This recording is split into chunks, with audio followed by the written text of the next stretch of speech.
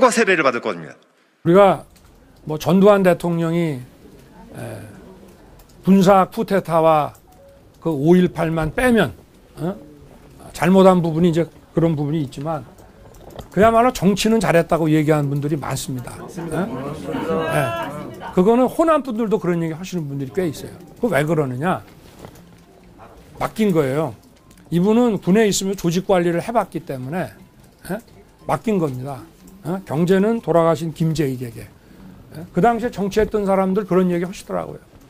야, 국회일은 그거 잘 아는 니들이 해라. 웬만한 거 다 넘기고. 그렇기 때문에 그 당시에 무슨 뭐 삼저 현상 이런 게 있었다고 하지만 그렇게 맡겨놨기 때문에 잘 돌아간 겁니다. 뭐 조금 안다고 그래서 왔다 하고 실제로요. 이 국정이라는 건 그런 모양이에요. 해보면은 굉장히 어렵다는 거예요. 경제도 경제 전문가 경제를 다 몰라. 금융 있고 뭐 예산 있고 뭐 경제도 여러 분야가 있어가지고 다 그 분야의 최고 고수들, 사심 없는 사람들, 그런 사람들을 내세워야 그게 국민에게 제대로 그 도움을 드리는 겁니다. 저도 이런 경제 권력, 정치 권력 수사를 하면서 일반 국민들 못지않게는 많이 익혔습니다만은 그 뭐 조금 아는 거 가지고 그 할 수가 없어요. 최고의 전문가들 뽑아가지고 하여튼 뭐 무슨 지역이고 뭐 출신이고 따질 거 없이 하여튼 뭐 최고라고 다 남들이 인정하는 그 분들 뽑아서 적재적소에 딱 임명해 놓고 저는 좀 이렇게 시스템 관리나 하면서 꼭 대통령으로서 국민과 소통하면서 챙겨야 될 아젠다만 저는 챙길 생각입니다. 하여튼 이 법과 상식이 짓밟힌 이것만 제가 바로 딱 잡고 저는 이거 전문가지 않습니까? 맞습니다. 여러분들 그건 아시잖아요. 일단 집어넣읍시다. 그거는 시스템을 잘 만들어 놓으면 시스템이 자동적으로 하는 거지 그걸 뭐 제가 굳이 안 해도 됩니다. 그거 할 시간이 어디 있습니까? 네, 더불어민주당 원내대변인 한준호입니다. 전두환 대통령이 5.18 빼고는 정치를 잘했다 이런 망언을 한 날 같은 당의 후보들과 이준석 당대표마저 사과를 촉구했습니다. 윤석열 예비후보는 바로 사퇴하고 국민 앞에 섰고 대죄를 하기 바랍니다. 제가 자신컨대 이런 식의 사과를 하시다가는 합동연설회고 여러분의 토론회에서도 국민들에게 사과 세례를 받을 겁니다. 마치겠습니다. 고맙습니다. 국민들에게 사과 세례를 받을 겁니다. 마치겠습니다. 고맙습니다. 사과 세례를 받을 겁니다. 사과 세례를 받을 겁니다. 사과 세례를 받을 겁니다. 5.18의 아픔 앞에서 인간으로서 공감 능력이 없는 건지 아니면 무슨 다른 표계산을 하는 건지 아니면 원래 생각이 없는 건지 정말 경악스럽습니다. 윤석열 후보가 아무 말 대잔치한 게 뭐 어제 오늘 이야기입니까? 수천억 원 부패의 장본인이 되었습니다. 폭력 말고 잘못한 것이 없다는 윤석열 후보의 인식은 헌법 정신을 망각한 것입니다. 발언은 오공 정권을 옹호하거나 찬양한 것은 결코 아닙니다. 그 설명과 비유가 부적절했다는 많은 분들의 그 지적과 비판을 엄연히 수용하고 유감을 표합니다. 박정희 대통령도 공과 과가 있었습니다. 민주주의를 억압하고 이런 건 과고요. 가난에서부터 수천 년 가난과 보릿고기로부터 우리나라를 해방시킨 거는 공이죠. 박정희 대통령에 대해서는 우리 국민들이 공과 과가 있었다 이렇게 평가를 하는데 전두환 대통령에 대해서는 그렇게 평가조차 하지 않습니다. 그 차이가 뭔지 아십니까? 말씀을 해보시죠.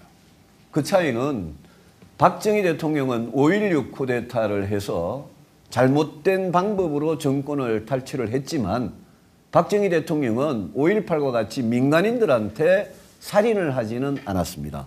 전두환 대통령이 죄 중에 내란죄와 내란 목적 살인죄가 둘 다 유죄를 받은 거 아시죠? 그렇습니다. 그 형법 87조와 88조입니다. 내란죄와 내란 목적, 살인죄 이거를 둘 다 유죄를 받았다는 거는 이거는 우리 정권 중에 가장 헌법적인 정통성이 없는 정권이고 대한민국 그 헌법 1조 대한민국은 민주공화국이다라는 그거를 부정한 정권이 전두환 정권이기 때문에 그 정권이 설사 나중에 무슨 삼재호황이나 이런 덕분에 경제를 잘했다고 하더라도 이거는 평가를 할 수가 없는 겁니다. 그 점에 대해서 저는 TK 출신이고 제가 전두환 대통령 이 TK 출신입니다만 저는 그 점에 대해서 제가 분명하게 오늘 지적을 합니다. 혹시 윤석열 후보께서 내가 제2의 전두환이 되겠다 이런 생각을 갖고 계십니까? 뭐 답변할 시간을 좀 주시죠. 예, 답변하십시오. 네. 저는 그 역사 인식을 말씀하셨는데 예. 5.18 정신이 헌법 전문에 들어가야 된다. 헌법 개정 시에.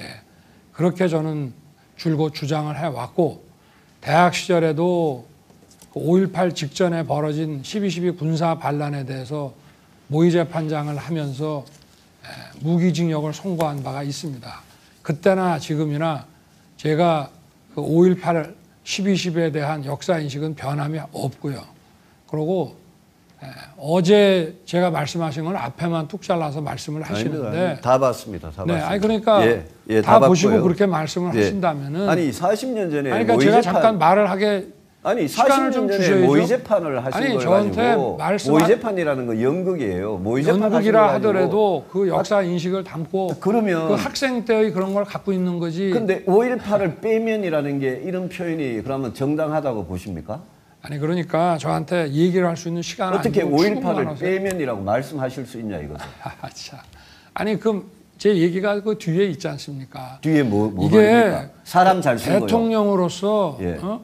국민의 민생을 챙기고 청년 일자리를 만들고 이러기 위해서는 정말 수단과 방법을 가리지 말아야 하고 어떤 정부든 업무 방식이나 정책에 있어서 잘된 게 있으면은 뽑아서 써야 된다는 차원의 말씀입니다. 잘된 게 그걸 뭐가, 어떻게 뭐가 그렇게 잘 됐습니까?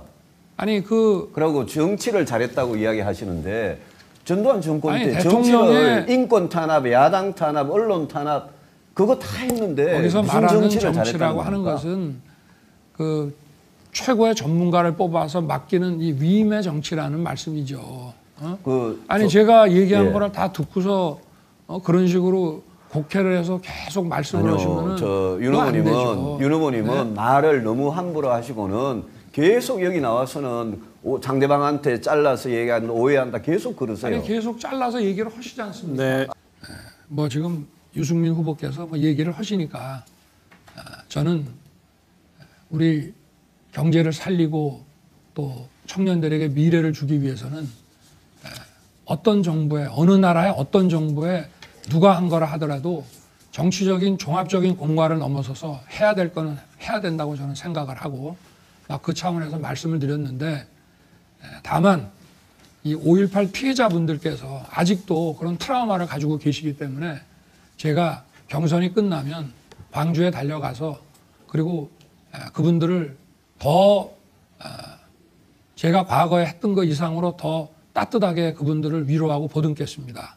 저는 공직생활을 하면서도 호남 출신 그 후배들에 대해서 아주 따뜻하게 저는 배려를 했다고 자부를 하고 저야말로 정말 지역 감정이나 이런 게 전혀 없는 사람입니다. 그리고 광주에서도 저는 이 5.18이라고 하는 것을 이제 자유민주주의 헌법 정신으로 이거를 승화시키고 광주 호남 지역의 번영의 기초가 돼야 된다고 늘 주장을 해왔습니다.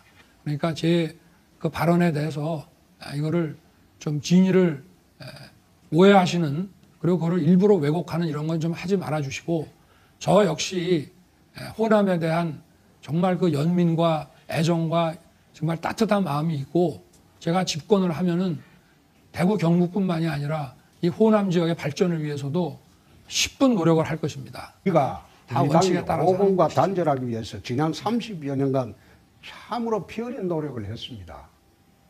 오공시대에 정치가 있었습니까?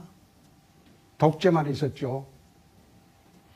저보고 아니 윤 후보 측의 사람이 오공 때 뭐 했나 그랬는데 저는 50 시절에 검사 있으면서 전두환 대통령 형도 잡아 넣었던 사람입니다. 아니, 그래 뭐- 하고 난 뒤에 내가 광주로 쫓겨갔던 사람입니다. 아니, 지난번 대선 나오셔서는 그 밑에 박정희 애들 전두환을 시켜가지고 계승하겠다고 하시지 50대 않았습니까? 유성민, 홍준표는 뭐 했나? 그런 식으로 방송 나가서 하는 것 아닙니다.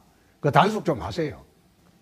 아니 본인도 전두환 대통령을 계승하겠다고 하셨지 않습니까? 네. 그러다가 이런 어마어마한 공장을 짓고 또 거기 송전탑들을 쫙 거기에 세워서 쭉 와서 현재 문재인 대통령에 이르기까지 인사 철학도 다르고 인사 스타일도 다르고 그에 따라서 결국 나라의 운명과 국민들의 삶의 결과도 달랐습니다.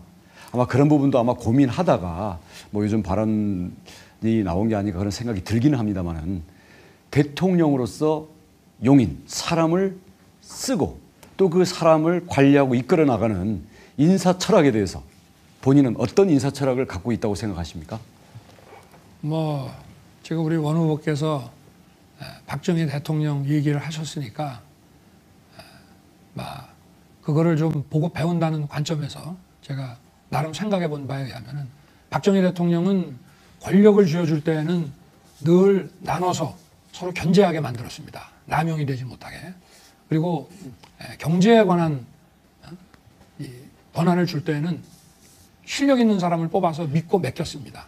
그래서 권력은 서로 견제하게 하고 그리고 경제, 사회 이런 분야는 정말 누구나가 공인하는 인사 발표가 나면 국민들이 야 할 정도의 그런 사람을 뽑아서 절대적인 권한을 주고 또 권력자들이 그 사람들을 압박하고 자기들의 어떤 요구사항을 안 들어주면은 뭐 어떻게 할 것 같이 하는 그런 관여를 철저하게 배제를 시켜줬다는 것이 박정희 대통령 그 인사의 그 어떤 원칙이 아니었나 저는 그렇게 생각을 하고 있습니다. 예.